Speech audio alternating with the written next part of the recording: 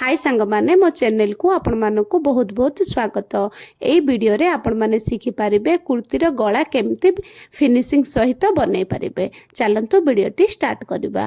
प्रथम मु paper pasting नेछि ताको दुई भाग रे मु फोल्ड करिछि। ओसारडा नेछि 3 इंच, लंब रखिछि मु 7 इंच। हे गला एबे तळ साइड रो भी 3 इंच रे मु चिन्ह लगै देली। ऊपर जो 3 इंच चिन्ह लगे तलर चिन्ह को आम मिसई दबा। मिसई देला परे हमर बॉक्स टाइप बनि जिवो। ताई भीतर आम गलार शेप दबा। मु एई भलिया शेप देछि। आपण आपण हिसाब रे दे परिबे, गोल भी दे परिबे और कोनोसी डिजाइन भी आपण दे परिबे। हे गला एबे कोन करिबा मु जो शेप देछि से शेप रो साइड साइड रे गोटे गोटे इंच रे मु मार्किंग कली। एबे कोन करिबा कटिंग कर दबा जो मार्किंग करथिबा। एबे जो गलार शेप देछे ताकू भी आमे काटी किरी बाहर कर दबा। एई भलिया हमरो डिजाइन बनिछे। एबे कोन करिबा जो एक्स्ट्रा कपड़ा अछि ताकू नबा। कपड़ा ऊपर आमे काटी थिबा जो शेप से शेपटा को रखिबा भलो भाबरे सेट करिगिरी। ताकू आमे आयरन रे प्रेस कर दबा। प्रेस कर देले कोन हबो से कपड़ा रे पूरा लागि किरी रहि जिवो। एबे चारि साइड रु आमे कोन करिबा अल्प अल्प कपड़ा छाडी किरी आमे काटी दबा। कटिंग हे गला। एबे कोन करिबा जो एक्स्ट्रा कपड़ा छाडी थिबा ताकू आमे फोल्ड करी किरी सिलाई कर दबा।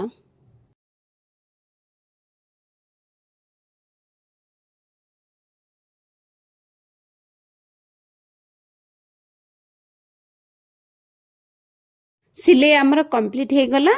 एबे कोन करिबा ताकू फोल्ड करिबा। फोल्ड करिके मझी रे आमे गोटे कट करिबा तो हमको सेंटर पॉइंट हमु मिली जिवो। एबे काटी थिबा कुर्ती नबा नेकिरी तार जो सेंटर पॉइंट अच्छे से सेंटर पॉइंट ऊपर गलार जो सेंटर पॉइंट मिसई किरी रखिबा। मझी रे गोटे आमे सिलाई कर दबा। मझी रे सिलाई कर देले गला एपट सेपट हबने भलो भाबरे सेट हेई रहिबो।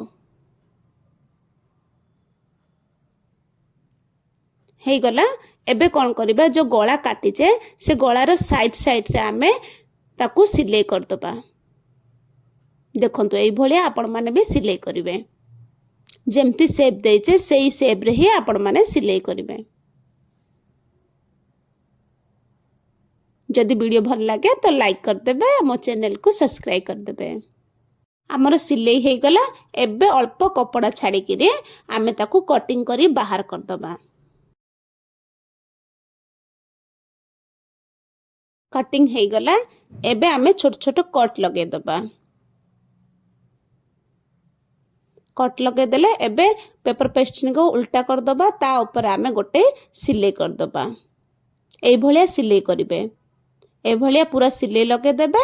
ताकू उल्टा साइड काने फोल्ड करिगिरे हाथ रे आमे हेमिंग कर दबा। आ हमर परफेक्ट गला बनि जिवो। पुणी मिसिबा नेक्स्ट वीडियो रे।